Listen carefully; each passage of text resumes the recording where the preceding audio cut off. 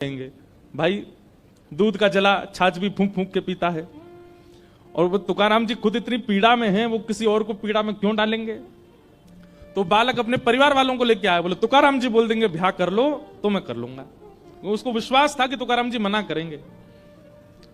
सब परिवार के लोग आए, बोले आप बोल दीजिए, ये ब्याह नहीं कर रहा है, इतने दिन हो गए, आप बोल देंगे तो इसका ब्याह हो जाएगा। बोलता है आप बोल दोगे तो फिर ये ब्याह कर लेगा। तुकाराम जी बोले निश्चित अभी इसी वक्त इसका ब्याह कराओ। बालक बोला तुकाराम जी ये आप ईर्ष्यावश बोल रहे हो ना, आप ये चाहते हो कि जो पीड़ा आपको हो रही है वो मुझे भी हो। तुकाराम जी ने उसको उठा, इधर बैठ, क्या बात है। बोले आप इतनी पीड़ा में रहते हैं, आपकी पत्नी पूरा नगर जानता है, आपको डांटती है, सब करती है वो, फिर भी आप कह रहे हो कि इसका ब्याह कर दो। जो खुद इतनी पीड़ा में है वो दूसरे को ब्याह के लिए कैसे कह सकता है।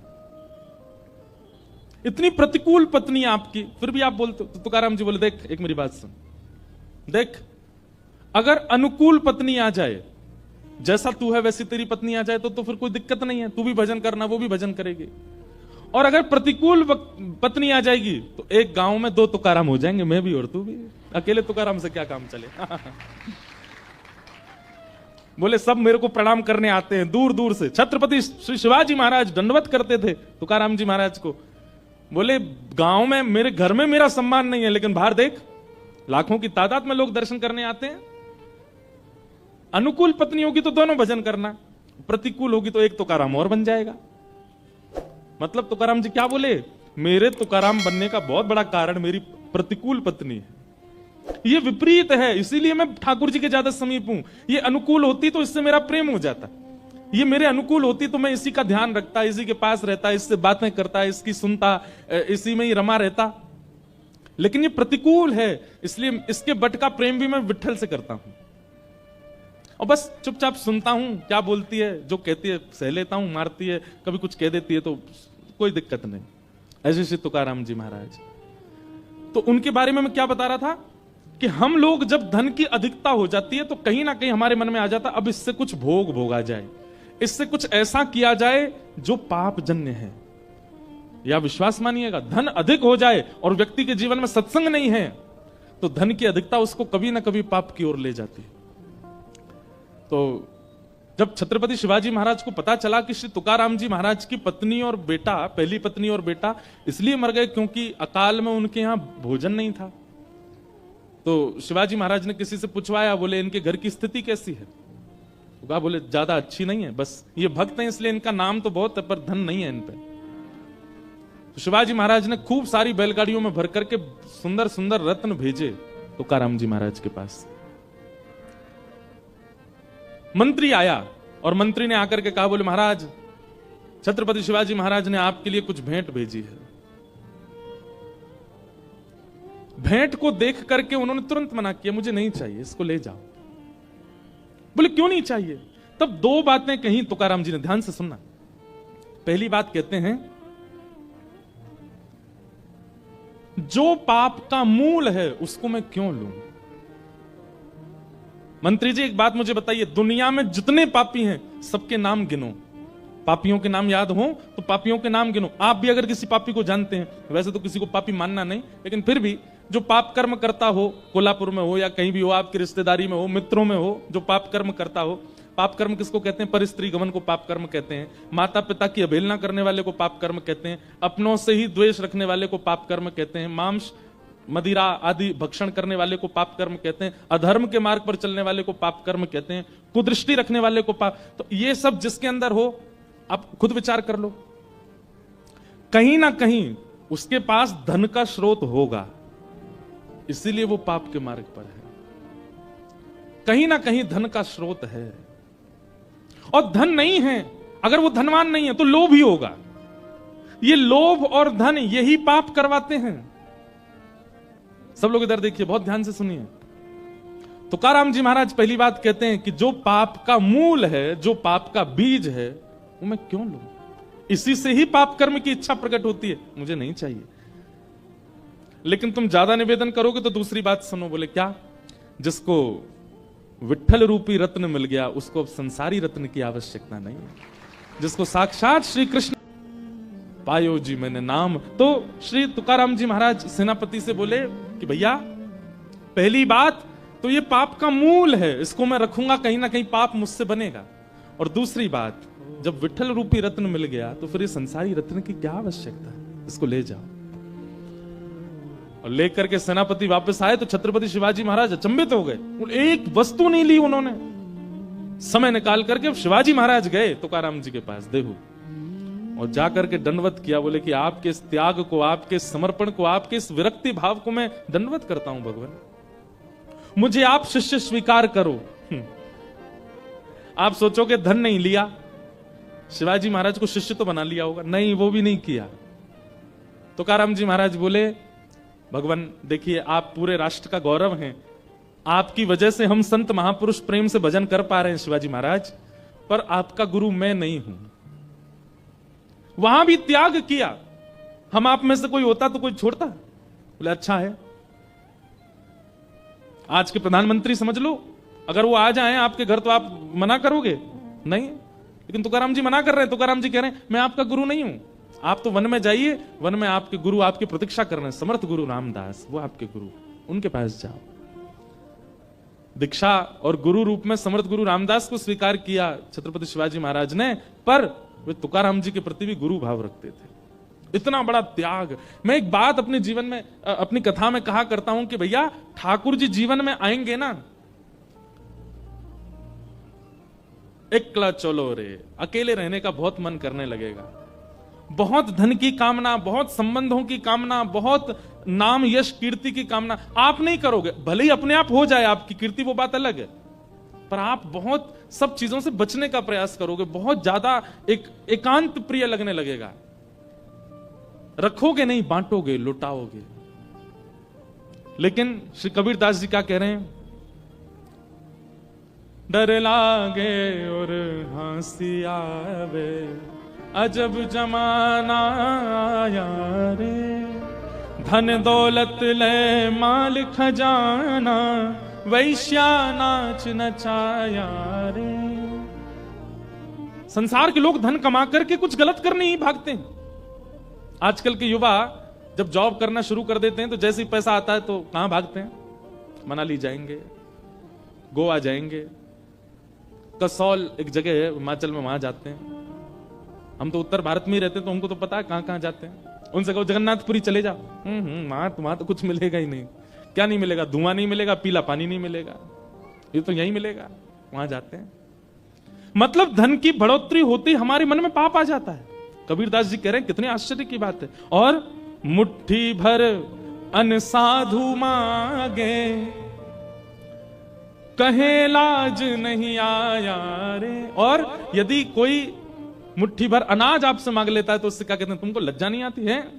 चलो मेहनत करके कमाओ, खुद हमसे मांग रहे हो। वहां पर ये सारे दूषित काम करना धन से, उसमें हमको लज्जा नहीं होती। लेकिन किसी में दान पुण्य करना हो, संत महात्माओं को, आपको हम कहां तक बता दें, आप लोग आश्चर्य करोगे। हम तो कोई साधु नहीं है, कोई महात्मा नहीं है, संत नहीं है, हम आप सबकी तरह ही, हम भी गृहस्थी हैं, पर कथा करते हैं इसलिए लोग हमको बाबा जी बोल देते कई जगह। लोगों को लगता है इनमें कोई मंत्र शक्ति होगी, धीरे से कान में बोल देते हैं, ये तो प्रणाम कर रहे हैं ना, इनको एक बेटा हो जाए। अरे तो भाई हम पे, हमको कौन है, हम आशीर्वाद दे दो, आप इसका काम बन जाए। बालक आएंगे, कल हमारा एग्जाम है, हम पास हो जाएं। बताओ कैसी बात करते हैं आप। परिश्रम करिए, कर लीजिए, जो आपको चाहिए वो सब मिल जाएगा। पर फिर भी कई लोग सोचते हैं कि ये कोई साधु महात्मा है। फ्लाइट में अगर हम चले जाते हैं ना, तो हम तो ऐसे ही जाते हैं। फ्लाइट वाले अब तो नहीं, पर अब तो जानने लग गए, अब तो सब रील्स वगैरह देखते रहते हैं, अब तो सब जगह पहचान वाले बहुत मिल जाते हैं। पहले की बात बता रहा हूं, जब जानते नहीं थे ना, तो धोती वाला जैसे हवाई जहाज में चढ़ता, उसको देख के उनको यूं लगता है ट्रेन नहीं थी क्या, हवाई जहाज में आ रहे हैं। मतलब हवाई जहाज में केवल सूट वूट वाले ही जाते हैं, धोती वाला नहीं जा सकता। कभी कभी अच्छी वाली टिकट होती है ना बिजनेस क्लास में, वो हो जाती है, कई लोग कर देते हैं। अब तो लाल जी रहते हैं हमारे साथ, तो जहां जाते हैं हम पहले बोल देते हैं, भैया लाल जी आ रहे हैं, कर दो। तो बिजनेस क्लास में देख करके कई लोग हंस जाते हैं। एयरपोर्ट पर बिजनेस क्लास का काउंटर अलग होता है, वहां अगर आप चले जाओ तो उधर है इकोनॉमी। अरे भाई टिकट तो देख ले, बिजनेस क्लास सही है। क्यों? धोती के प्रति ऐसा भाव। कितना अजब जमाना है। केवल हम वेशभूषा से ये अनुमान लगा लेते हैं कि ये व्यक्ति तो सामान्य है, बेचारा ट्रेन में भी 10 जगह से इकट्ठा करके तब टिकट बनवा के जा रहा होगा। ऐसी भावना रखते हैं महात्माओं के प्रति, साधुओं के प्रति, ब्राह्मणों के प्रति। कितना दुर्भाग्य है हमारा। डर लागे, आज से 500 साल पहले कबीरदास जी लिख के चले गए वो बात जो आज घट रही है। डर लागे और हंसी आवे, अजब जमाना यारे। यहां पर फटी जींस पहनने वाले को फैशनेबल कहा जाता, धोती पहनने वाले को ओल्ड फैशन कहा जाता है। लेकिन हम तो फिर भी भैया बड़े प्रसन्नता से घूमते हैं। व्यक्ति तैयार क्यों होता है? कि लोग उसको देखें। इसलिए तैयार होता है। महंगी कपड़े क्यों पहनता है? कि लोग उसको देखें। आप चलो बढ़िया 5-10 हजार के कपड़े पहन के, हम चल रहे हैं 300 रुपया की कुर्ता धोती पहन के, देखते हैं दोनों में से किसको ज्यादा देखते हैं लोग। हमको ही देखेंगे, हम पे ही दृष्टि जाएगी सबकी। भले ही आजकल तो जान पहचान से देखने लग जाएं, लेकिन वैसे भी रूप वेशभूषा से देखने लगेंगे। वो कुछ अलग है, कुछ इनका अद्भुत है। एक बात कह दें हम, 15 अगस्त को स्वतंत्रता दिवस मनाने का अधिकार केवल उसका है जो धोती पहनता है, क्योंकि आज तक उसने अपनी वेशभूषा का त्याग नहीं किया। ये पैंट हमारी वेशभूषा है नहीं, अंग्रेज देके गए थे हमको। हम पैंट पहन की तिरंगा फहराते हैं। तिरंगा भी कहता होगा कि भाई तुमने जो पोशाक पहनी है, ये पोशाक तो अंग्रेजों की ही है, ये है असली भारतीयों की पोशाक। देखो पीछे जितने भक्तों के आपको स्वरूप दिखेंगे, एक भी पेंट में दिख रहा है आपको? सब धोती में है। और छोड़ो, आज तक पंडरीनाथ भगवान ने पहना, आज भी धोती पहनते, 5000 सालों से विराज रहे हैं। असली स्वतंत्र तो हम और हमारे ठाकुर हैं। असली स्वतंत्र तो हम हैं कि आज तक अपनी वेशभूषा में व्यवस्थित हैं। मुट्ठी भर अन साधु मांगे, कहत लाज नहीं आया रे। डर लागे और हंसी आवे, अजब जमाना यारे। कल ये प्रसंग हमको वो पुरंदर दास के प्रसंग में हमको सुनाना था। जब भगवान मांगने के लिए आए उसके यहाँ, तो वो कहने ऐसे चले आए, तन पे नहीं लगता, चल दिए कलकत्ता। तब ये गाना था, पर तब हमने कहा था कि बाद में याद दिलाना। आपने लास्ट में याद दिलाया, आज शुरुआत में ही गा रहे हैं। और क्या कह रहे हैं कबीरदास? कथा होत, सुनिएगा, कथा होत तहां श्रोता सोवे। हमारी कथा में कोई नहीं सोता, ये तो हम पे बड़ी कृपा है। पहले सोते थे, आजकल नहीं सोते हैं। आजकल तो हम इतनी जोर से बोलते हैं और दूसरा नजर घुमाते रहते हैं, तो लोग बाग सो नहीं पाते। फिर भी दुक्का इक्का कोई ऐसा कोने में सो जाता है। कथा होत तहां श्रोता सोवे, वक्ता मूड पछाया रे। डर लागे और हंसी आवे, अजब जमाना यारे।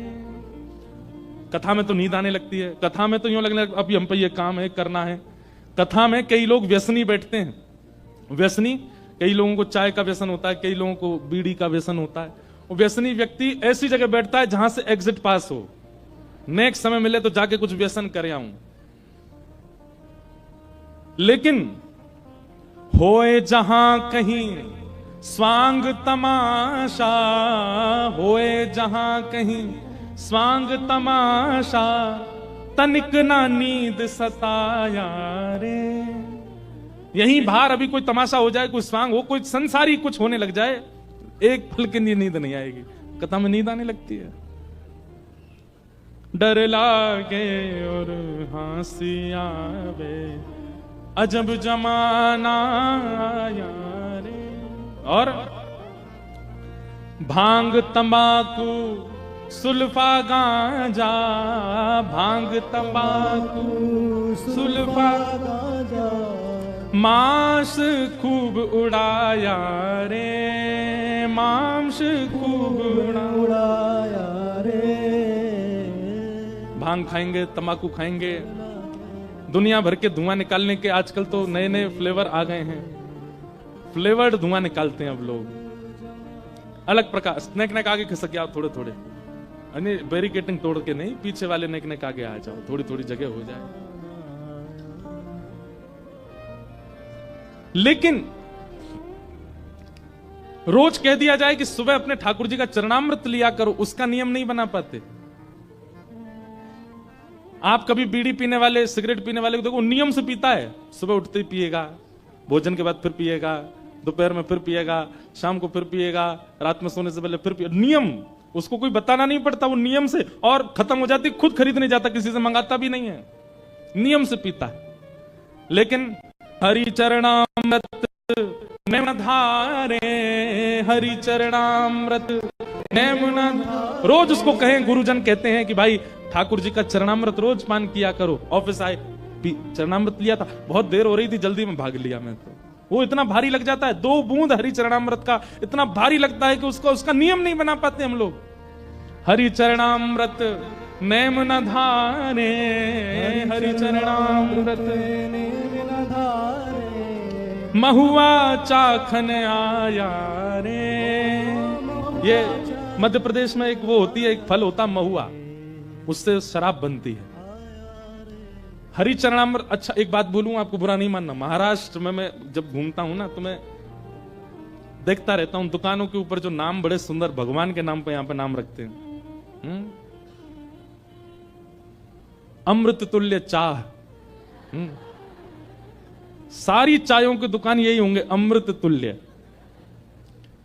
और एक जगह तो मेरा सिर घूम गया, एक बार का नाम था हरि चरणामृत। मैंने कहा वाह भैया, सोम रस हरि चरणामृत और जाने क्या क्या। वैसे अभी मन में ऐसा भाव आया कि एक कोई ऐसी, वैसे वो दुकान चलेगी नहीं, लेकिन कभी किसी ने विचार किया एक ऐसी दुकान खोली गई, वहां क्या है, बोले केवल इस नगर में जितने मंदिर हैं वहां के सारे चरणामृत इकट्ठे करके वो दिए जा रहे हैं लोगों को। कोई जाएगा ही नहीं वहां पर, कोई नहीं पिएगा। वहां ऊपर लिखा जाए अमृत तुल्य चरणामृत, कोई नहीं पिएगा। चाय की दुकान पर कितनी लंबी भीड़ लगती है। कोई ऐसी योजना बनावे कि जैसे कोल्हापुर में जितने मंदिर हैं, महालक्ष्मी जी का मंदिर है और भी जो जो मंदिर हैं, सब जगह का थोड़ा थोड़ा चरणामृत इकट्ठा करके और एक जगह व्यवस्थित, भैया कोई भी आओ, ठाकुर जी का चरणामृत है, कोई रकम नहीं है इसकी, 10 रुपया 20 रुपया 5 रुपया, जो आपको बढ़िया लगे वो दान पेटी में दो और थोड़ा चरणामृत लेके जाओ, तब भी भीड़ नहीं लगेगी वहां पे। रात्रि में इतना चरणामृत बच जाएगा कि वो गैया कोई पिलाना पड़ेगा। ऐसे हम लोग हो गए हैं। कबीरदास जी कह रहे हैं, हरि चरणामृत नैम न धारे, हरि चरणामृत नैम न धारे, महुआ चाखन आया रे, महुआ चाखन आया रे, डर लागे और हंसी आवे, अजब जमाना आया रे, डर लागे और हंसी आवे, अजब जमाना। एक बात कहें, कोरोना ने कई लोगों के परिवारों में बहुत क्षति की है। शायद यहां भी कुछ लोग ऐसे बैठे हों जिनके परिवार में क्षति हुई है कोरोना से। लेकिन अगर उस पक्ष को थोड़ा क्षमा प्रार्थी होकर के मैं एक तरफ कर दूं, तो कोरोना ने एक कृपा भी करी कि कथाओं में भीड़ बढ़ गई। कोरोना के बाद तीर्थों में लोग जाने लगे, युवाओं के चित्त में ठाकुर जी के प्रति प्रेम बढ़ने लगा। क्यों? कोरोना ने यह बता दिया कि भाई चाहे तुम कितने धनवान हो, चाहे जितने बलवान हो, चाहे तुम्हारे जितने संपर्क हो, अंतिम समय में तो हरि नाम ही काम आएगा, कोई काम नहीं आएगा। महाराज फोन कराए डॉक्टर को, बोले तुम जितने कहो उतने रुपए तुमको देंगे। दूसरे कमरे में पीड़ित मेरी बेटी और मेरा बेटा, कोरोना से बचा लो उनको। डॉक्टर कह रहा है तुम पूरी संपत्ति दे दो, तो भी मैं तो बस प्रयास कर सकता हूं देखने में। उस समय हरि याद आए सबको, उस समय ठाकुर जी याद आए, और उसी समय की कृपा, आपको पता नहीं अनुभव हुआ, हमें तो अनुभव हुआ। कोरोना के बाद लोगों में श्रद्धा उमड़ने लगी, विश्वास जग गया ठाकुर जी के लिए, प्रेम हो गया। क्यों? क्योंकि ये स्पष्ट हो गया कि भाई ठाकुर जी की कृपा से ऊपर कुछ नहीं है। तो कि ऐसा जमा, अभी बहुत अच्छे समय पे हम लोगों का जन्म हो गया भैया। अभी जो हम लोग जीवन, जो वर्ष चल रहा है ना, ये बहुत अच्छे हैं। आगामी 25-30 साल भी बहुत अच्छे हैं। हम लोग बहुत सही समय पर निपट लेंगे संसार से। हमारे बाद का जो समय आने वाला है, यहां जितने लोग बैठे, हमारे बाद जो समय आएगा बहुत खतरनाक होगा। कथाओं में 4 लोग गिनती के आया करेंगे, वक्ता ही नहीं बचेंगे, मंगता हो जाएंगे, वक्ता नहीं होंगे, केवल मांगे वाले बैठ जाएंगे, कोई देने वाला कुछ नहीं होगा। बहुत भयानक स्थिति आने वाली है, इसलिए बढ़िया है जो समय बचा है, मेरा जितना जीवन, आपका जितना जीवन बचा है, ये भक्त चरित्रों को सुनकर के भैया उस शेष जीवन में थोड़ा ठीक से निभा लीजिए और ऐसा कुछ कर जाइए कि दोबारा नहीं आना पड़े इस संसार में। ये बहुत खतरनाक है भैया, आना भी पड़े तो ठाकुर जी से नित्य प्रार्थना करो, हे नाथ अगर मेरे पुनर्जन्म की आपने सोच रखी है कि मुझे लेना ही पड़ेगा तो वृंदावन में देना। मोरहू बनाओ तो बनाओ श्री वृंदावन को, जो नाच नाच कुहक कुहक आपको रिझाऊंगो। बंदर हूं बनाओ तो बनाओ श्री वृंदावन को, कूद कूद डारन पे भोर को जगाऊंगो। बने तो हम वृंदावन के बने। ठाकुर जी से ये दो ही प्रार्थना करते हुए अपना भक्त जीवन व्यतीत करना है। आगामी शेष, पहला कि हे नाथ या तो पुनर्जन्म देना नहीं, और देना हो तो वृंदावन में देना। आप चाहे जो बनाना चाहो हमको देना वृंदावन में।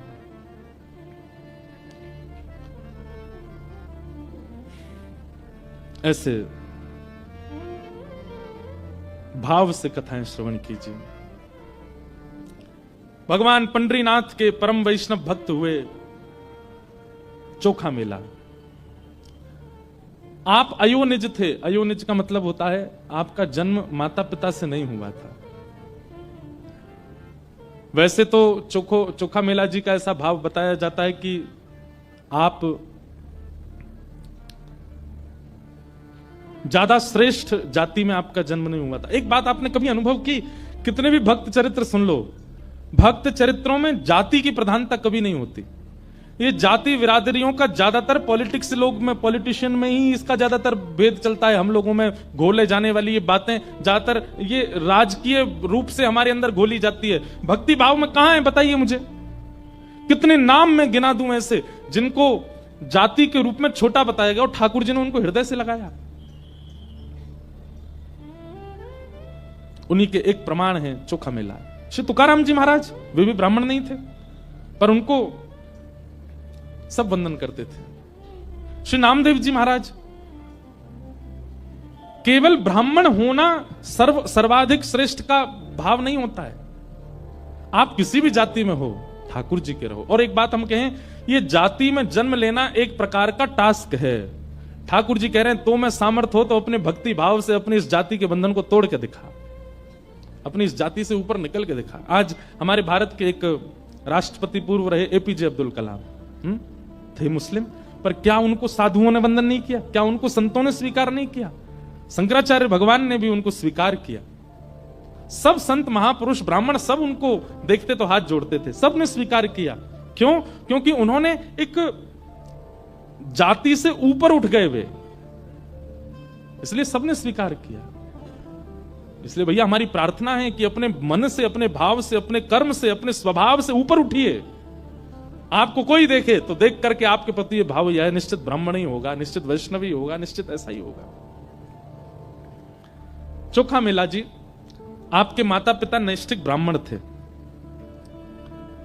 पंडरीनाथ भगवान का दर्शन करने के लिए जा रहे थे और दर्शन करने जाते समय कुछ आम साथ में ले जा रहे थे भगवान को अर्पित करने के लिए। कई बार बंधुओं ऐसा होता है कि ठाकुर जी को आपके द्वारा प्रदत्त वस्तु बहुत ज्यादा प्रिय लग जाती है, तो ठाकुर जी के सन्मुख पहुंचने से पहले ही ठाकुर जी किसी योजना से उसको स्वीकार कर लेते।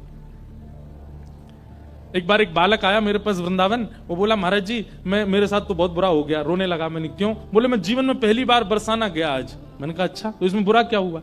बोले मैं सोचा मैं श्री जी के लिए कुछ ले जाऊं, उनको बहन मानता हूं अपनी श्री राधा रानी को, तो मैं केला लेकर के गया। मैंने कहा अच्छा। मैं ऑटो में बैठ के गया था, पीछे बैठा था, भीड़ बहुत थी ऑटो में, पीछे लटक गया।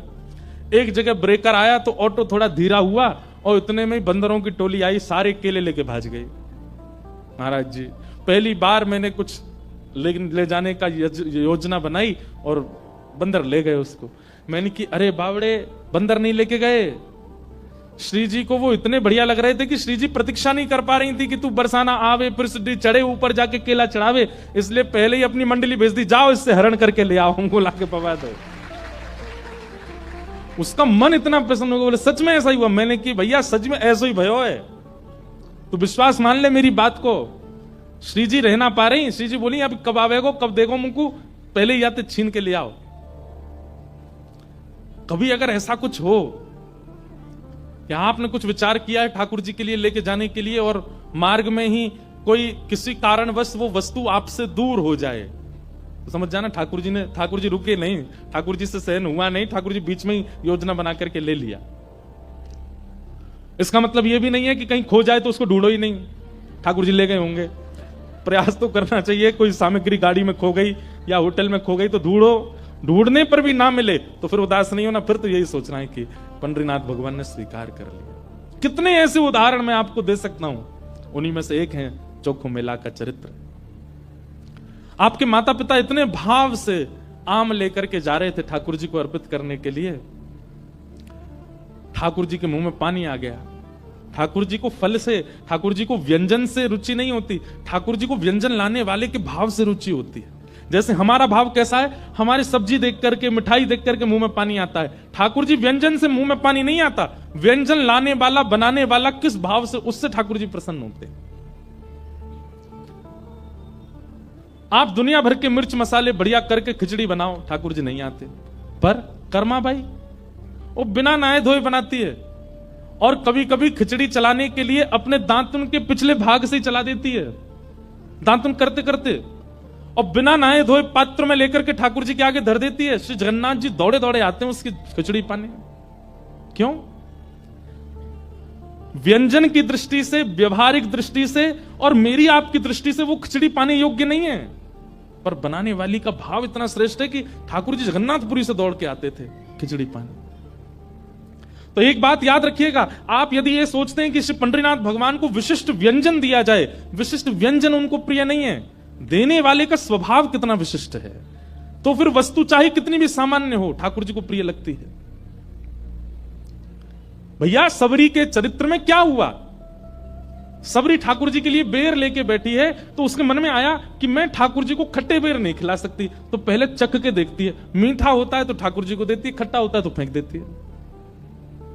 अब ठाकुर जी झूठा नहीं पाते, लेकिन सबरी का भाव इतना प्रिय है, सबरी के प्रेम इतने प्रिय हैं कि ठाकुर जी उसको पाने लगे। एक चरित्र ऐसा आता है कि ठाकुर जी पाते थे, सबरी इतने में दूसरा बेर चख करके देती थी, ठाकुर जी के हाथ में ऑलरेडी एक होता था, तो ठाकुर जी उसको लेके पीछे खड़े लक्ष्मण जी को देते, लो लक्ष्मण जी पाओ।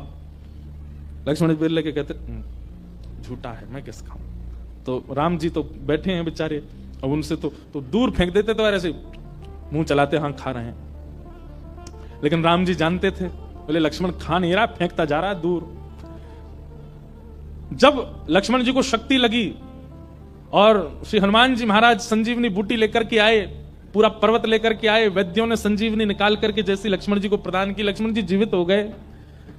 तो जब वापस लौट करके अयोध्या गए तो लक्ष्मण जी ने राम जी से कहा, भैया आपकी आज्ञा हो तो ये संजीवनी पर्वत जो है लंका में आया है हिमालय से, जिससे हमारे प्राण रक्षा हुई, इसको अयोध्या ले चलें।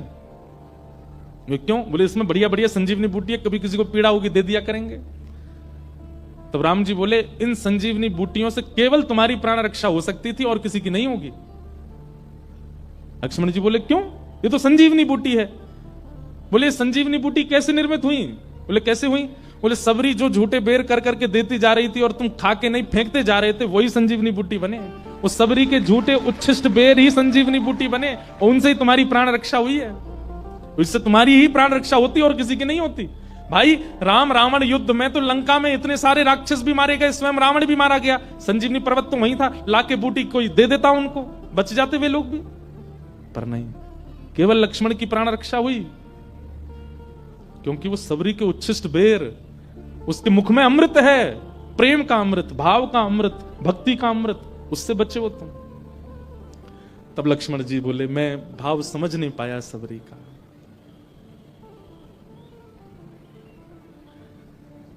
तो व्यंजन प्रिय नहीं है ठाकुर जी को, व्यंजन लाने वाला बनाने वाले का भाव प्रिय है। तो चोखा मेला जी के जो माता पिता थे वो आम लेकर के जा रहे थे ठाकुर जी के लिए। ठाकुर जी से रहा नहीं गया, कब आएंगे कब पवाएंगे, बीच रास्ता में ही दौड़े ठाकुर जी, और एक ब्राह्मण का, विप्र का, साधु का रूप धारण कर लिया। और जैसे वो दंपति आगे से निकले, ठाकुर जी हाथ पसार के बोले हमें बहुत जोर की भूख लगी है, आपके पास कुछ हो तो हमको दे दो। पत्नी ने पति को देखा, पति बोला कि देखो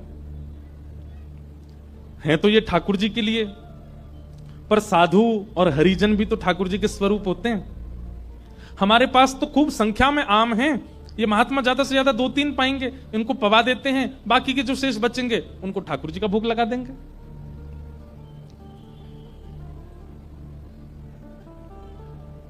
वैसे ये नियम नहीं है। अगर किसी ने पहले वस्तु का सेवन कर लिया, भले ही वो फल ही क्यों ना हो, एक साथ फल रखे थे, उनमें से पहले किसी ने पा लिया, तो उन बाकी के फलों का भोग ठाकुर जी को नहीं लग सकता, ये नियम है।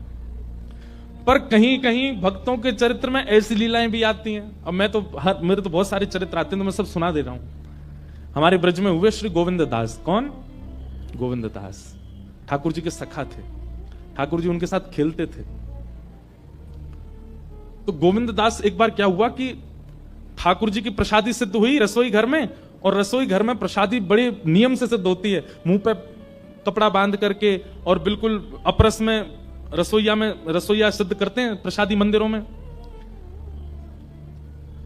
मुंह पे कपड़ा क्यों बांधते हैं? कि कहीं प्रसाद की सुगंधी अगर हमको आ गई, तो कहीं सुगंधी से हमारी जीभ में पानी आ गया तो ठाकुर जी भोग नहीं लगाएंगे। इसीलिए उसको कहते हैं अमनिया। क्या बोलते हैं? अमनिया। ठाकुर जी को जो निवेदित नहीं हुआ है, वो रोटी, वो सब्जी, वो दाल जो आपने बनाई, उसको बोलते हैं अमनिया। मतलब उस पर हमारा मन भी नहीं आया अभी तक, ठाकुर जी पाएंगे उसके बाद हम उसका सेवन करेंगे, इसलिए उसको अमनिया कहा जाता है। इसलिए कई बार कई भक्त लोग आते हैं ना, कुछ खीर बना के लाते हैं, हलवा, तो मैं उनसे पूछता हूं अमनिया है? तो बोलते हैं क्या? मैं कहता हूं अमनिया है, तो बोलते अमनिया मतलब, मैंने कहा शुद्ध है ना, भोग तो नहीं लगा, किसी ने पाया तो नहीं? हाँ हाँ हाँ शुद्ध है। अमनिया का मतलब जिसपे आपका मन, खुद का भी मन ना आया हो अभी तक, जिसकी सुगंधी आपको नहीं पता हो, जिसकी सुगंधी, जिसका स्वरूप आपको अभी नहीं भाया हो, केवल ठाकुर जी को भोग लगे, उसको अमनिया कहते हैं। अब इसमें कई पद्धतियां हैं अलग अलग संप्रदायों की। कई मंदिरों में चखिया होते हैं। चखिया कैसे होते हैं? वो भोजन पहले चख लेते हैं, ठाकुर जी के लायक है कि नहीं, फिर ठाकुर जी को भोग लगता है। कई मंदिरों में ऐसा नहीं होता। तो रसोईया प्रसादी लेकर के जा रहे थे, तो बीच रास्ता में गोविंद दास बैठे थे, रसोई और मंदिर के बीच में। तो गोविंद दास बोले, ए रसोईया बाबा, एक काम करो, थाली यहीं धर दूं, मैं पालूं पहले। रसोईया को बड़ा गुस्सा आया, बोले ठाकुर जी को भोग लगा नहीं है, ठाकुर जी को निवेदित हुआ नहीं, और तुम कैसे कह रहे हो कि हमको दे दो, ठाकुर जी को भोग लगेगा पहले। बोले अरे नहीं नहीं नहीं, ठाकुर जी को बाद में लग जाएगा, पहले मुंह पवाओ। तो रसोईया ने थाली ले जा करके रख दी रसोई घर में, और दौड़ करके गोसाई श्री विठलनाथ जी, जो श्रीनाथ जी के प्रमुख सेवक थे, उनसे जाकर के शिकायत कर दी। बोले गोविंद दास के ऊधम दिन प्रतिदिन बढ़ते जा रहे हैं। बोले आज क्या हो गया? बोले मैं भोग लेके जा रहा था ठाकुर जी के लिए, और ये गोविंद दास बीच रास्ता में ही कह रहे हैं मुझे पहले पवा दो, और जिद कर रहे हैं, बोले ठाकुर जी बाद में पाएंगे, पहले मैं पाऊंगा। गोसाई जी बोले ये तो गलत है, ठाकुर जी की प्रसादी पहले कैसे पालेगा, बुला के लाओ उसको। तो गोविंद दास सामने आए। गोसाई जी बोले, ए गोविंदा, तुम क्या कर रहे थे आज? ठाकुर जी का भोग लगा नहीं, तुम पहले ही मांगने लगे प्रसाद। तो गोविंद दास के नेत्र बंद हो गए, सजल हो गए। बोले जय जय जी, आपको लाला ठाकुर जी जो है कहा है ना, जे तो भोग पाते ही और अपनी लकुटी उठामे, छड़ी उठामे, बंसी उठामे, गैया चरावे वन में चले जाएं, और फिर ये जब चले जाएं, भोग के बाद आरती होवे, आरती के बाद मंदिर बंद होते, तब ये चले जाते हैं, उसके बाद हम लोगों को प्रसाद मिलता है। हम प्रसाद पावे में रहे, तब तक ये वन में चले जाएं। अब मैं प्रसाद पाके जब वन में जाऊं तो ये ढूंढते नहीं मिले, फिर मुझे पूरा दिना निकल जाए, मैं खूब ढूंढूं, वन में ना मिले, वृक्षण पे ना मिले, यमुना जी पे ना मिले, सब जगह ढूंढ आऊं, और इतने में ही संध्या के घंटे घड़ियाल बज जाएं, ठाकुर जी के उत्थापन की आरती होने लगे। ब्रजभाषा समझ आ रही है?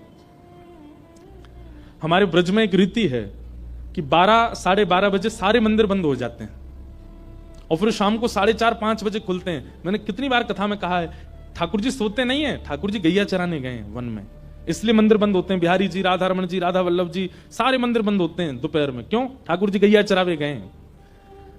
तो गोविंद दास बोले आप भोग पधराओ, भोग पधरावे के बाद फिर आरती करो, आरती के बाद फिर कपाट बंद करो, ये तो चले जाएं गैया चरावे, और फिर बाकी बाद हमें मिले प्रसादी।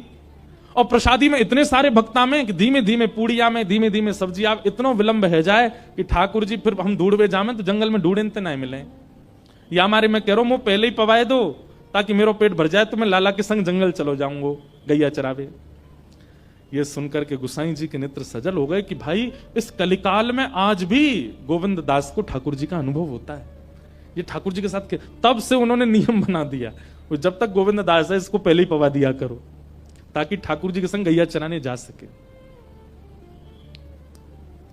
ऐसे कुछ भक्तों के लिए ठाकुर जी ने यह अधिकार दिया, क्योंकि उनका भक्ति भाव, उनका प्रेम भाव सख्य की स्थिति में, ठाकुर जी को सखा मानते हैं। गोविंद दास जी का अगर आप चरित्र सुनोगे तो कई विषयों पर आपको विश्वास ही नहीं होगा। एक प्रसंग सुनाऊं, हो सकता है कई लोगों के मन में ये आ जाए, ये कैसे हो जाएगा, पर ये है। गोविंद दास एक दिन सुबह सुबह जंगल में शौच के लिए गए थे। शौच समझ रहे हैं ना, तब बाथरूम तो होते नहीं थे, जंगलों में ही जाते थे लोग। सुबह सुबह शौच के लिए गए तो गोविंद दास को इतना प्रिय मानते थे ठाकुर जी, सखा मानते थे अपना। हमारे श्रीनाथ जी को पता चली गोविंद दास जंगल गए हो, ठाकुर जी भी पहुंच गए। अब यहां गोविंद दास निवृत्त हो रहे हैं जंगल में, और ठाकुर जी ने देख लिया, अच्छा वहां बैठो है। तो ठाकुर जी बेर तोड़ तोड़ के लाए और पीछे से ऐसे मारने लगे उन्होंने। अब गोविंद दास ने देखी कायरो है, तो देखे ठाकुर जी तो बेर मार रहे हैं। अब इस बात को कौन विश्वास करेगा, पर ये लीला है, ठाकुर जी करते थे गोविंद दास के साथ।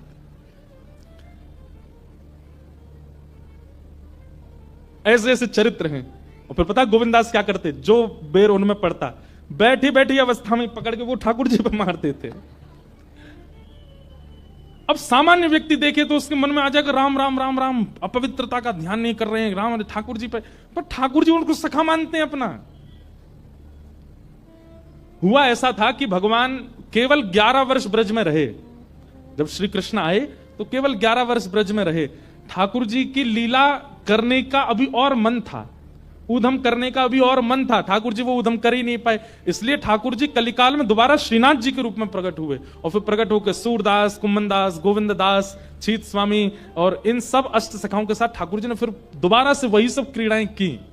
उसमें से श्रीदामा का जो रूप, जो ठाकुर जी के मित्र श्रीदामा हैं, वही कलयुग में गोविंद दास बन के आए। तो ठाकुर जी को लज्जा नहीं होती थी। एक लीला ऐसी आती कि एक दिन ठाकुर जी गोविंद दास के ऊपर चढ़ गए और बोले अब घोड़ा बन जा, मुझको शेर करा। तो गोविंद दास ऐसे चल के उनको घोड़ा बन के घूम रहे थे। इतने में गोविंद दास रुक गए। ठाकुर जी बोले का भयो, जय जय नेक उतर जाओ। बोले काय को, मोकू नेक लघु शंका लगी है, नेक में चलो जाऊं। ठाकुर जी बोले बाबड़े, कोई घोड़ सवारी करे और घोड़ा को लघु शंका लगे तो घोड़ा बातें बोले कि उतर जाओ, मैं लघु शंका जाऊंगो। गोविंदास बोले ना ना वो तो ना बोले। बोले वो कहा करे, बोले सवारी बैठी रहे, वो तो वैसे ही कर ले। बोले तू भी वैसे ही कर।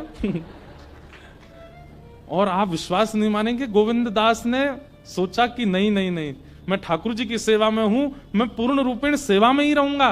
इस वक्त मैं घोड़ा हूं तो मुझे घोड़े का ही भाव रखना है, और धोती में ही। और किसी ने यह दृश्य देख लिया और जाकर के गोसाई जी को शिकायत कर दी। बोले गोविंद दास बिल्कुल उसने आचार मर्यादा सब पानी में बहा दिया, ऐसे कर रहा था जंगल में। गोसाई जी ने बुलाया, तब गोविंद दास ने बताया। बोले जय जय बैठे पीठ पे, मोते बोले अब तू घोड़ा है भैया, कोई घोड़ा कहे कभी कि भैया उतर जाओ, मैंने जा रहा हूं जंगल झाड़ी है क्या हूं, घोड़ा तो चल तो फिर तो कर ले, या हमारे मैंने कर ले। गोसाई जी ने तब से नियम बना दिए। बोले भाई गोविंद दास की कोई शिकायत मत किया करो मुझसे, उसको सब चीज की छूट है। क्यों, वो ठाकुर जी उसके संग ही रहते हैं। ऐसे सखा श्री गोविंद दास सुना रहे थे। चोखो मेला जी का चरित्र आ गए गोविंदास जी। गोविंदास जी का एक पद गा देते हैं, बहुत सुंदर सुंदर पद हैं श्री गोविंद दास।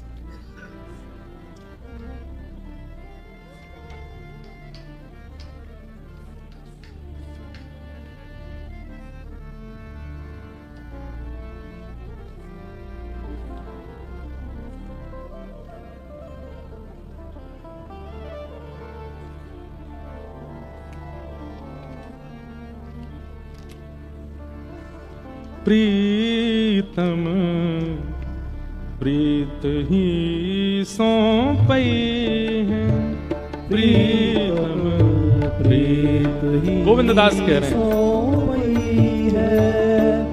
हाँ यद्यपि रूप गुण शील सुधरता, यद्यपि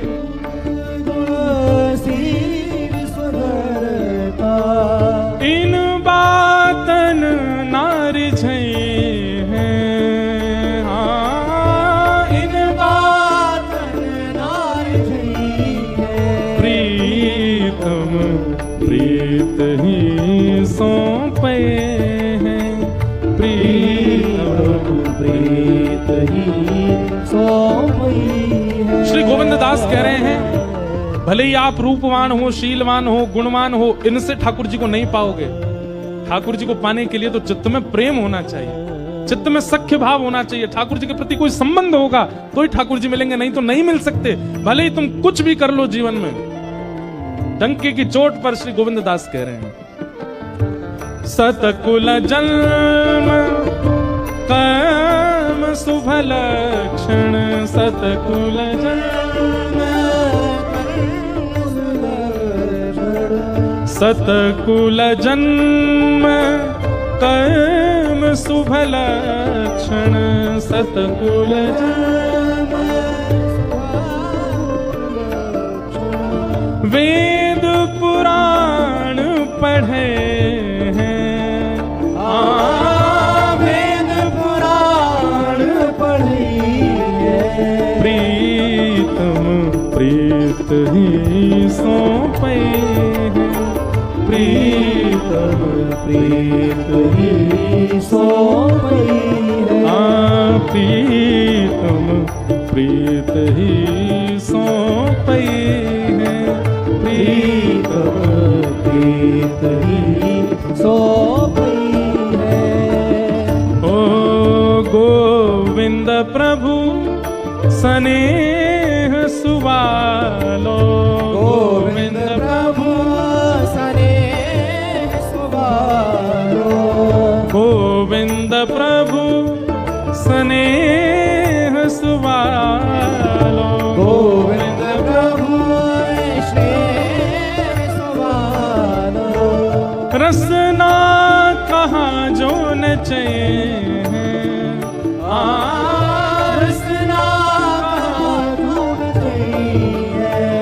प्रीतम प्रीत ही सौंपे हैं, प्रीतम प्रीत ही सोई है।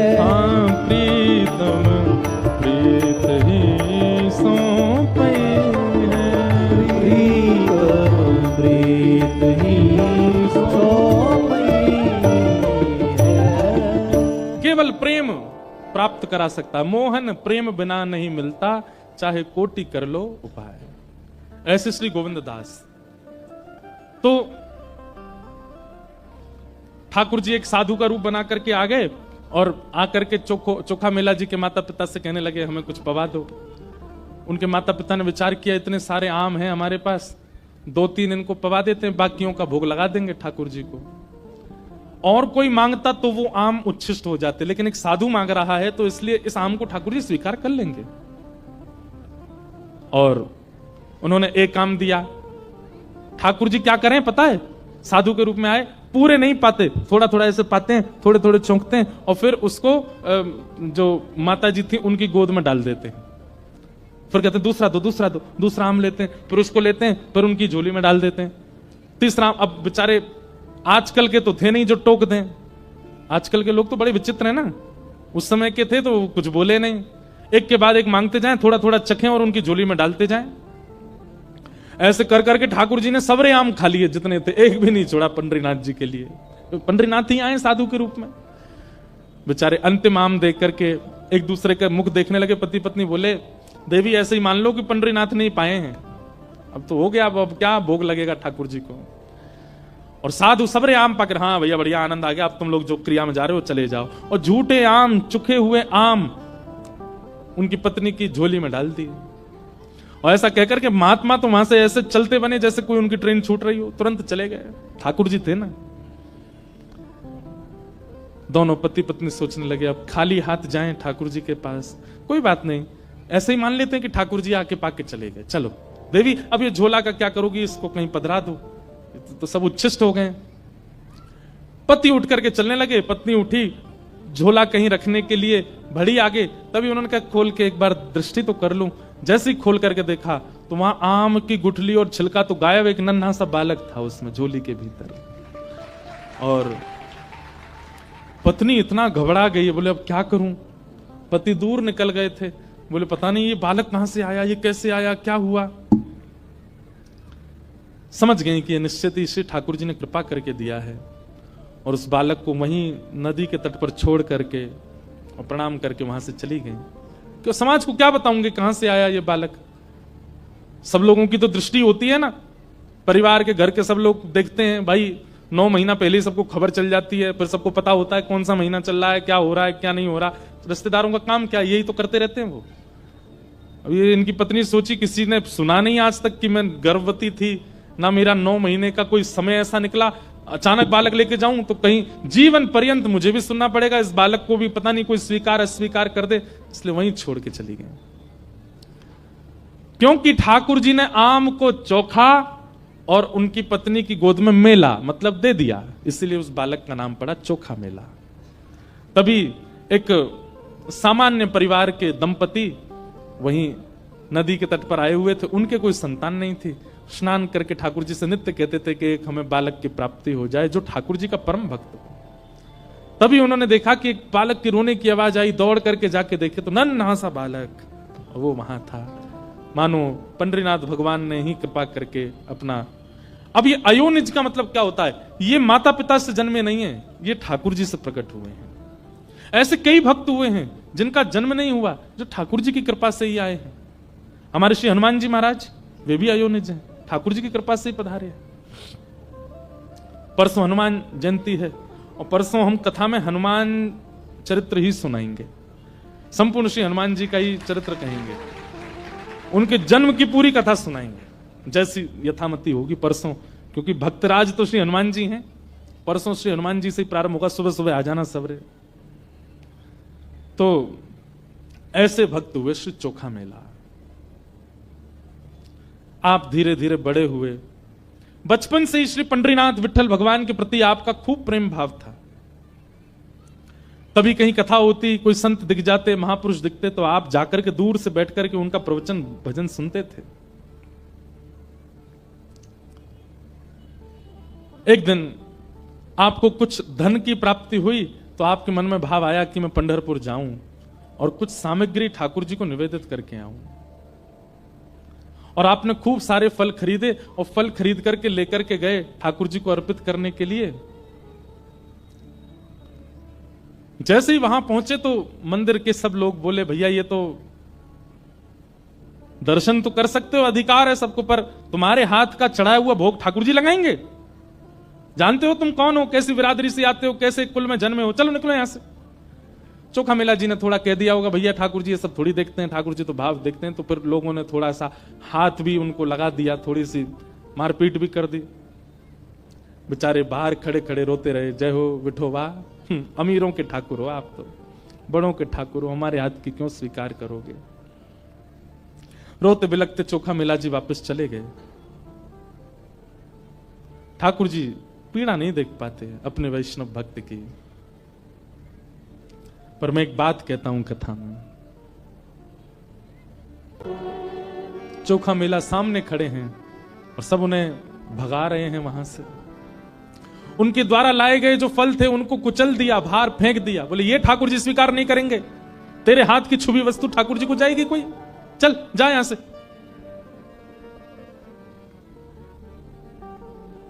चोखा मेला रोते रोते चले गए। भोजन नहीं किया आज पूरे दिन, शरीर में कई घाव हो गए थे चोखा मेला जी के, और सोचने लगे, हे पंडरीनाथ, आप केवल श्रेष्ठ जाति वालों के ही हो, आप केवल धनवानों के ही हो, हमारे नहीं हो। मन में कई प्रकार की भावनाएं उत्पन्न होने लगी। ठाकुर जी व्याकुल हो गए और अर्धरात्रि का समय चोखा मेला अपने घर के बाहर पेड़ के नीचे बैठे थे। इतने में कस्तूरी की बढ़िया सुगंधी आने लगी, छम छम आवाज आने लगी और सुंदर तेज पुंज जैसा दूर से दिखाई देने लगा। चोखा मेला बोले, ये कैसा अद्भुत दृश्य दिख रहा है। और तभी देखते हैं कि महाराज सिर पर सुंदर मुकुट विराजमान, कानों में मकराकृत कुंडल, अपने कमर पर हाथ धारण किए हुए, चलते हुए बढ़िया ललित त्रिभंगी चाल से चलते हुए साक्षात श्री विठल भगवान पंडरीनाथ चोखा मेला के सामने आ रहे हैं। देख लिया, समझ गया, पहचान गया कि ठाकुर जी। पर जैसे एक प्रेम में स्वभाव होता है ना कि प्रेमी पहले कुछ गलत करके फिर मनाने आता है तो दूसरा प्रेमी रूठ के और बैठ जाता है। चोखा मेला ऐसे बैठ गए, देखे ही नहीं रहे ठाकुर जी को। ठाकुर जी बोले, "ए चोखा, पहली बार अपना नाम ठाकुर जी के मुख से सुना है, रोंगटे खड़े होने लगे, मन में आनंद हो रहा है, पर रूठ के बैठे। मैं कहा करता हूं बंधुओं, जहां प्रेम बहुत किया गया हो वहां रूठना, गुस्सा करना, लड़ना, झगड़ना, थोड़ी नोक झोंक करना, ये अधिकार में आ जाता है। जहां प्रेम अतीत में किया गया हो। ठाकुर जी बोले, देख हम आए हैं, बैठाएगा नहीं हमको? दूर से खाट लेकर के आए, चोखा मेला जी लगा दी और ठाकुर जी उस पर बैठ गए, लेकिन मुंह फेर के बैठे चोखा मेला। ठाकुर जी बोले, चोखा मेरी ओर नहीं देखेगा, मुझसे बात नहीं करेगा, कुछ नहीं बोले। ठाकुर जी अपने मस्तक पर लगे हुए चंदन को थोड़ा थोड़ा लेकर के चोखा मेला की जहां जहां लगी थी वहां वहां अपने अंग का चंदन लगा रहे हैं अपने हाथ से। ठाकुर जी हाथ ऊपर कर, तेरे यहां भी लगी है, वहां भी लगा रहे, तेरे पैरों में भी लगी है, पैर जैसे छूने लगे। चोखा, नहीं आप ऐसा मत कीजिए नाथ, आप पधारे हैं, कृपा है। लिपट गए ठाकुर जी से। ठाकुर जी बोले, तू इतना नाराज क्यों हो गया? बोले, नाथ ऐसा व्यवहार, मैं कितने भाव से आपके लिए फल लेके आया था। आप ये हमेशा आपके पास रहने वाले इन लोगों को आप क्यों नहीं समझाते हो कि आप तो प्रेमियों के हो? ठाकुर जी बोले, मैं गीता में कहता हूं, ये यथामाम प्रपद्यन्ते ताम्स तथैव भजाम्यहम्। मुझे जो जैसे भजता मैं उसको वैसे ही मिलता हूं। ये लोग मुझे पाषाण मानते हैं, ये लोग मुझे मूर्ति मानते हैं, ये लोग मुझे पत्थर मानते हैं, इसलिए ना इनके आगे मैं बोलता हूं, ना चलता हूं, ना खाता हूं, ना कुछ नहीं करता, ऐसे ही खड़ा रहता हूं। लेकिन तू मूर्ति नहीं मानता इसलिए तेरे लिए चल के आ गया। जना भाई मुझे मूर्ति नहीं मानती, उसके हाथ से खाने जाता हूं मैं। ये नामदेव तुकाराम मुझे मूर्ति नहीं मानते, इसलिए उनके साथ खेलता हूं मैं। अब इन लोगों को कौन समझाए? ये लोग सब मुझे मूर्ति मानते हैं, तो मैं भी इनको मूर्ति ही मानता हूं। ठाकुर जी क्या कह रहे हैं गीता में कि मुझे जो जैसे बचता है मैं उसको वैसे ही मिलता हूं। जो ठाकुर जी के प्रति पाषाण बुद्धि रखता है, ठाकुर जी उस व्यक्ति के प्रति भी पाषाण बुद्धि रखते हैं। फिर वो व्यक्ति कहता है ना, हे ठाकुर जी मेरे जीवन में बहुत कष्ट संकट आ रहे हैं, ठाकुर जी भी कहते होंगे, पाषाण को कोई कष्ट संकट नहीं होता, तू पाषाण ही तो है। ठाकुर जी को यह अनुभव ही नहीं होता कि हम भी चैतन्य हैं। जब हम ठाकुर जी के प्रति चैतन्य का भाव रखेंगे तो ठाकुर जी को भी लगेगा कि ये भी चैतन्य है। और फिर जैसे चोखा मेला के अंग पर लगे हुए पीड़ाओं को ठाकुर जी अपने चंदन से ठीक कर रहे हैं, वैसे हमें भी करेंगे। हमने ठाकुर जी को मूर्ति माना, ठाकुर जी भी हमको मूर्ति मान करके खूब सारे कष्ट दे देते हैं जीवन में। फिर हम कहते हैं ठाकुर जी इतनी पीड़ा, इतना कष्ट। ठाकुर जी कहते हैं पत्थर को कोई कष्ट थोड़ी होता बेटा। अब चल तू एक काम कर, मैंने सुबह से कुछ खाया नहीं है, कुछ खिला। बोले आपका तो मंदिर में 8 बार भोग लगता है, क्यों झूठ बोल रहे हो, कुछ नहीं पाया? बोले नहीं, आज मेरे भक्त को पीड़ा दी गई थी इसलिए मैंने उपवास किया, मैंने नहीं पाया, मैंने कुछ नहीं पाया। चोखा तूने भी कुछ नहीं पाया ना, चल कुछ लेके आ, पाएंगे। फल लेकर के आए चोखा, ठाकुर जी के आगे धर दिए। ठाकुर जी प्रेम से पावे, और जैसे फल पाते हैं, फल का जो अंतिम भाग रह जाता है खत्म होने वाला, उसको चोखा को अपने हाथ से खिला देते। अपना अधरामृत का सुंदर फल। नेत्र सजल हो गए चोखा मिला के। कुछ फल बच गए थे तो ठाकुर जी उनको लेकर के अपने फेंट में बांधने लगे। चोखा बोले, ठाकुर जी ये फल आप कहां ले जा रहे हो? यहीं पा लीजिए, कहां लेके जा रहे हो, और ये फेंट में क्यों रख रहे हैं आप? ठाकुर जी बोले, मैंने उपवास किया तो मेरी गृहिणी रुक्मणी ने भी उपवास किया है, वो भी बेचारी भूखी बैठी है, ये ले जाऊंगा उसको जाके खिला दूंगा, वो भी खा लेगी प्रेम से। और मैं जिस दिन उपवास करता हूं उस दिन गरुण जी, उस दिन नारद जी, उस दिन रुक्मणी, उस दिन सब उपवास करते हैं। जो जो मेरे साथ मंदिर में सबका उपवास हो जाता है, क्योंकि ठाकुर जी के भोग लगने के बाद ही सब पाते हैं। और ठाकुर जी भोग नहीं लगाए तो कोई नहीं पाता। इसलिए मैं सबके लिए लेके जा रहा हूं और सबको कहूंगा, देखो चोखा के खेत के बढ़िया बढ़िया फल हैं, खाओ। और ये सब एक रुक्मणी खाएगी, गरुण जी खाएंगे, नारद जी खाएंगे, और सब लोग प्रेम से पाएंगे। और बढ़िया सुंदर चोखा को सुख देकर के श्री ठाकुर जी वापस चले गए। प्रातः काल काकड़ा आरती का समय हुआ, जैसे ही मंदिर खोले गए और मंदिर खोल करके देखा तो ठाकुर जी का फेंट इतना बड़ा हुआ था। पुजारियों ने कहा ये क्या रखा है? जैसे फेंट खोल करके देखा तो सारे फल रखे थे, और ये वही फल थे जो चोखा लेकर के आया था ठाकुर जी को भोग लगाने। तो जिन पुजारी जी ने फल फेंक दिए थे वही काकड़ा आरती करने गए, उन्होंने जैसे ठाकुर जी की फेंट खोल के देखी, वही फल जो फेंक दिए गए थे वही फल रखे थे फेंट में। अब उनके मन में किंचित भी ऐसा भाव नहीं आया कि ठाकुर जी रात में चोखा के पास गए होंगे, या जो फल मैंने फेंक दिए थे वो ठाकुर जी के पास कैसे आ गए। उनके मन में यह भाव आया कि चोखा माना नहीं, जिद करके और कहीं से आकर के ठाकुर जी को फल दे गया है, जबरदस्ती भोग लगा गया है। बार बार मना करने पर भी जिद्दी चोखा मिला, आकर के अपने फल ठाकुर जी को चढ़ा के गया है। और पूरी मंदिर कमेटी और सब लोगों को इकट्ठा करके कहा कि ये चोखा ने ऐसा ऐसा किया है।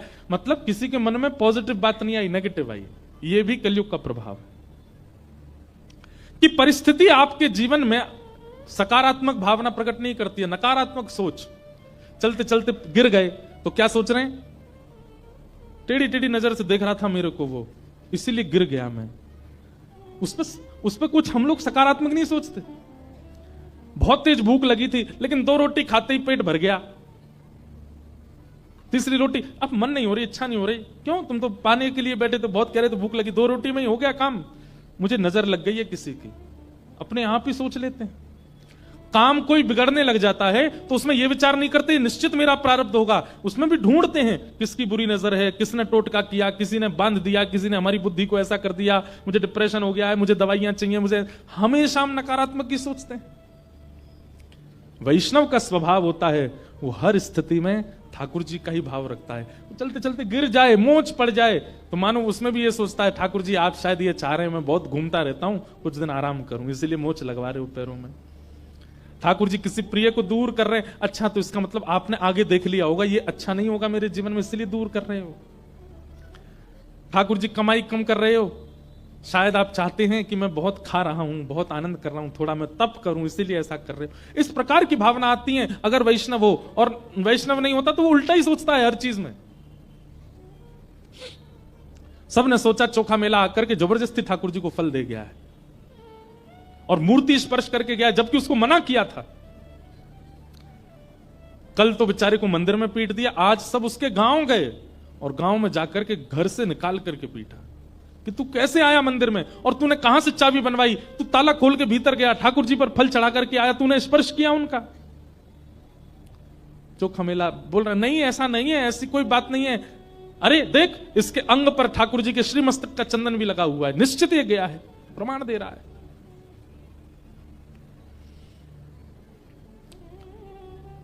बेचारे चोखा मेला की स्थिति दयनीय कर दी और लौट करके सब पुजारी पंडा और सब समाज के लोग, इससे कोई आप ये मत सोचना कि पुजारियों की निंदा की जा रही है, उस समय पर उस काल में ऐसी विचारधारा वाले लोगों की निंदा हो रही है। आप पुजारियों के प्रति कुदृष्टि मत रखना। लौट करके जैसे ही सब वापस पंढरपुर आए, हाथ पांव धो करके स्नान करके अपरस में जैसे ही मंदिर में प्रवेश करने लगे, ठाकुर जी ने अपने आप अपनी किवाड़ बंद कर ली और भीतर से चटकनी लगा दी। अनेक प्रयास करने पर भी ठाकुर जी का मुख्य दरवाजा नहीं खुला। पुजारी जन सब बाहर बैठ गए घुटनों पर, हे पांडुरंगा, हे विठल, हे नाथ, क्या अपराध बन गया हम लोगों से, आपने क्यों ऐसा हमसे रूठ के बैठ गए। भीतर से ठाकुर जी के स्वर सुनाई दिया और उस स्वर में करुणता थी। ठाकुर जी मानो जैसे रो रहे हो, बोले तुम सब मेरे दर्शन के अधिकारी नहीं हो। अरे बेचारा मेरा भक्त चोखा मेला आया और आकर के फल लेकर के आया, तुमने यहां फेंक दिए, तो मुझे दया आ गई, मैं रात्रि उसके घर गया, उसके शरीर पर घाव देख करके अपना चंदन लगाया, उसके घर के उसके खेत के उपजाए हुए फल खा करके आया, रुक्मणी जी के लिए लेकर के आया, फेंट में बंधे देख करके तुम्हारे मन में किंचित भाव नहीं आया कि इतनी सुरक्षा में मंदिर में कैसे आ जाएगा चोखा मेला। मैं गया था उसके पास और तुम लोगों ने उसको इतनी पीड़ा देकर के आए हो। तुम लोग मेरे दर्शन के अधिकारी नहीं हो। आज से लेकर के पृथ्वी के अंत तक मैं वचन लेता हूं कि अब मैं किसी को दर्शन नहीं दूंगा, मैं ऐसे ही बैठा रहूंगा भीतर। थर थर कांपने लगे सब पंडा पुजारी, दंडवत करने लगे, हे पांडुरंगा आप जो कहेंगे, आप कहेंगे कि हम चंद्रभागा में कूद करके प्राण त्याग दें तो हम सब प्राण त्याग देंगे, आप जो दंड कहेंगे वो सब स्वीकार है, पर इस प्रकार का कठोर आप व्रत मत लीजिए दर्शन देने का। जीवों का कल्याण कैसे होगा कलयुग में। आप प्रायश्चित बताइए, आप दंड बताइए, हमें क्या करना है। ठाकुर जी बोले जिस पालकी में हमारी सवारी निकलती है वो पालकी सजाओ और पालकी लेकर के चोखा मेला के पास जाओ और चोखा मेला को बढ़िया सुंदर तैयार करके उसका मल्लम पट्टी कर देना, उसका सुंदर श्रृंगार करना, उसको इत्र लगाना और जैसी पोशाक मेरे को धारण होती वैसी पोशाक उसको धारण करा के मेरी पालकी में विराजमान करके और तुम सब अपने कंधा पे उठा करके जब उसको यहां लाओगे तब मेरे दर्शन खुलेंगे, नहीं तो नहीं खुलेंगे।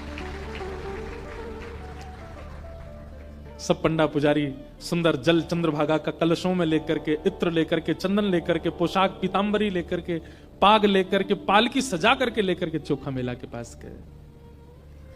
चोखा मेला बेचारे डरने लगे, अब क्यों मारने आए हो, अब मैंने क्या किया? बोले नहीं, सब चरणों में हो गए। बोले तुमको तो पांडुरंग प्रेम करते हैं। कि मुतादोक्षज प्रिया, श्रीमद् भागवत के रास पंच अध्याय में श्री शुकाचार्य जी महाराज कहते हैं, गोपियों पर प्रश्न उठाने वाले लोग कि इन गोपियों ने ठाकुर जी के साथ रास किया, अरे ये ठाकुर जी से प्रेम करती हैं, ये बात एक है, पर ठाकुर जी भी इनसे प्रेम करते हैं। कि मुतादोक्षज प्रिया, और ठाकुर जी जिससे प्रेम करते हैं ठाकुर जी कुछ कर सकते हैं? मधुमंगल के मुख पर लगी कड़ी चाट गए ठाकुर जी, सबरी के झूठे बेर खा गए ठाकुर जी, कर्मा की अशुद्ध अवस्था में बनी हुई खिचड़ी पा गए ठाकुर जी, सुदामा के कच्चे चावल खा गए ठाकुर जी, छोटी सी जना के हाथ से छोटी छोटी रोटी पा लेते हैं ठाकुर जी। और जना जब रोटी बनाती है, जना भाई ठाकुर जी से कहती है थोड़ी आप भी मदद कराओ, तो ठाकुर जी भी बेलना लेके करवाते हैं जना भाई के साथ। रात में चक्की पीसती है तो ठाकुर जी उसके साथ हाथ बटाते हैं। जना भाई बहुत अच्छा कीर्तन गाती थी, तो रात में जब चक्की पीसती थी तब ठाकुर जी का कीर्तन करती थी, ठाकुर जी आ जाते थे और ऐसे थोड़ी पे हाथ धर के सुनते ठाकुर जी। ठाकुर जी कहते, ए जना इतना शोर हो रहा है, तू चक्की बाद में पीस लेना, मुझे पहले पद सुना दे। जना भाई कहते, अच्छा अभी भोर हो जाएगी, सुबह हो जाएगी, सब घर के लोग उठेंगे, नामदेव जी का पूरा परिवार, सबके लिए रोटी बनानी, तो आटा तो पीसना पड़ेगा ना। आपका क्या, आप तो मंदिर में जाओगे, वहां बढ़िया चकाचक पाओगे, यहां हम सबको पाने के लिए तो आटा पीसना ही पड़ेगा। ठाकुर जी कहते, ये बहुत शोर करता है। जनाबाई बोली, मैं छोटी सी, मेरे छोटे से हाथ, अब जितना मुझसे बल पड़ेगा उतना करूंगा, तुम तो बड़े हो, चलो हाथ बटाओ मेरे साथ। और एक हाथ जना का और उसके ऊपर दूसरा हाथ पंडरीनाथ लगाते हो, फिर दोनों चक्की पीसते। और चक्की पीस करके जल्दी से जल्दी जब गेहूं पिस जाते, फिर जना से कहते, अब सुना। सामने बैठ करके पंडरीनाथ सुनते जनाबाई को। कितना प्रेम है ठाकुर जी के चित्त में। कोई प्रेम प्रदान करने वाला चाहिए। हम लोग प्रेम को छोड़ के बाकी सब देते हैं ठाकुर जी को। सोना ले, चांदी ले, जवाहरात ले, रुपया ले, फूल माला ले, प्रसाद ले, और इन सब के बाद हमारे आर्त भी ले, हमारे संकट भी ले, ये सब ले। कोई प्रेम देता है ठाकुर जी को? आज तक की तारीख में कभी पंढरपुर जाकर के आपने ठाकुर जी के प्रणाम करके ऐसा कहा, ठाकुर जी आप कब से खड़े हो, थकते नहीं हो आप, आपके पैरों में पीड़ा नहीं होती? कभी कभी कहा ऐसा? अरे मैं 50-100 लोगों से मिल लेता हूं ना दिन में, इतना थकान सी लगने लगती है। ठाकुर जी तो लाखों लोगों को दर्शन देते हैं। जब तक अंतिम दोहरी का व्यक्ति दर्शन नहीं कर जाता, पंडरीनाथ भगवान खड़े रहते हैं। कभी आपने जाकर के ये इच्छा प्रकट की, हे पांडुरंग आप थक गए होंगे? जनाबाई करती थी। एकादशी का कीर्तन चल रहा है और श्री नामदेव जी उछल उछल के कीर्तन कर रहे थे। नामदेव जी के कीर्तन में रोज ठाकुर जी आते थे, किसी को नहीं दिखते थे, जनाबाई को दिखते थे। आज एकादशी है और एकादशी पर कितनी भीड़ होती है पंढरपुर में। जनाबाई नामदेव जी से जाके कह रही है, आज ज्यादा कीर्तन मत करना। क्यों? सुबह से खड़े हैं मंदिर में, थक गए हैं बहुत। आज लाखों लोगों ने दर्शन किया, इतनी थकान में फिर यहां आकर के आपका कीर्तन सुन के पांडुरंगा नाचेंगे, उनके पांव में पीड़ा हो जाएगी। आप ज्यादा तेज कीर्तन मत करना। ऐसी भावना हमारे चित्त में आई है कभी?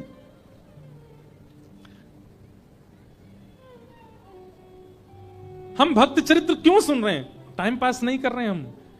ऐसा प्रेम जैसा तुकाराम जी के चित्त में, जनाबाई के चित्त में, सूरदास गोविंद दास के चित्त में, वैसा एक छींट हमारे चित्त पर पड़ जाए ठाकुर जी के लिए, वैसा प्रेम प्रकट हो जाए। प्रेम की पीड़ा मीरा जाने, या जाने वो राधा।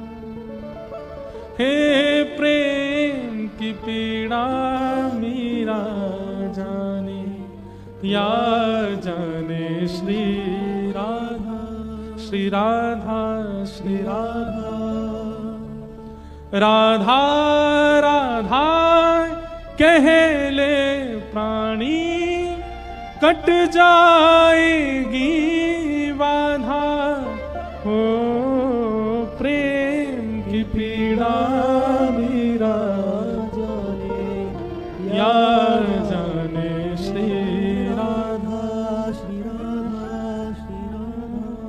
प्रेम अमर है, प्रेम अजर है, गंगा जल की धारा, प्रेम अमर है, प्रेम अजर है, गंगा जल की धारा। जब मैं बहुत छोटा था तो स्कूल जाता था, स्कूल से आता था तो पूज्य रमेश भाई ओझा जी की कथा सुनता था, और वे इस पद को गाते थे और पूरे दिन यही पद ही सुनता रहता था बाल्यकाल में। मैंने आज तक कथा में बहुत एक आध बार ही गाया होगा, या आज मन में आ रहा है। कभी चिंता होती है हमारे चित्त में? नहीं होती। हमें लगता है ये तो परमात्मा है, इनको क्या पीड़ा होती होगी। पीड़ा होती नहीं है ठाकुर जी को, पर प्रेम जिसके चित्त में होता है। अब बेटा भले कलेक्टर बन जाए, बेटा भले प्रधानमंत्री बन जाए, उसको सारी सुख सुविधाएं हैं, लेकिन फिर भी मां बोलती तो है ना, तू ठीक तो है, कोई दिक्कत तो नहीं। जब सब सुख सुविधाएं हैं तो फिर क्यों पूछती हो? क्योंकि प्रेम है। हम पूछते हैं कभी पंडरीनाथ से?